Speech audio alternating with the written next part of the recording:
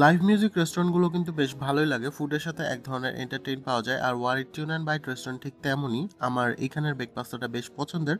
পাশাপাশি ওদের নতুন থাই মেনু এড করা হয়েছে রেগুলার মেনুতে। এর মধ্যে এর উপর ছিল buy one get one offer. তো ওদের অ্যাম্বিয়েন্স বেশ ভালোই। এটা নিয়ে আমার এইখানে সেকেন্ড টাইম ভিজিট। সিটিং জোনগুলো বেশ কমফোর্টেবল ছিল। থাই মেনুতে বেশ ভালোই অপশনস ছিল, বাট পাপায়া সালাডটা মিসিং। যাই হোক, রেগুলার মেনু থেকে আমি নিয়েছিলাম বেকড পাস্তা, বরাবর মতো খুব ভালো খেতে। তবে এইটার সাথে চিলি ফ্লেক্স অথবা চিলি অয়েল অ্যাড করে খেতে আমার বেশ ভালোই লাগে। আমি এটা খুবই এনজয় করি। থাই থেকে নিলাম খাওসয় গাই। এটা basically tom yum base noodle soup, grill chicken আর কিছু ক্রিস্পি নুডলস দিয়ে সার্ভ করা হয়েছে। একটু ঠিক কোকোনাট মিল দিয়ে করা, তাই ক্রিমি টেক্সচার ছিল, বেশ ভালো খেতে। বাট ক্রিস্পি নুডলসের মধ্যে একটা পোড়া তেলের স্মেল ছিল, যার কারণে ওটা সাইডে রেখে খেতে হয়েছে। আদারওয়াইজ কোয়ালিটি ভালো। ক্যাশনার সালাদ এটা অ্যাভারেজ ছিল, সুইটের লেভেলটা একটু বেশি ছিল, আর একটু ট্যাঙ্গি হলে আই গেস বেটার হইতো।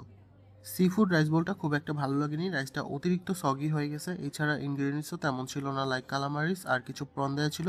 সাথে দেওয়া হয়েছে small portion chicken coconut milk curry, এটা ভালো ছিল খেতে।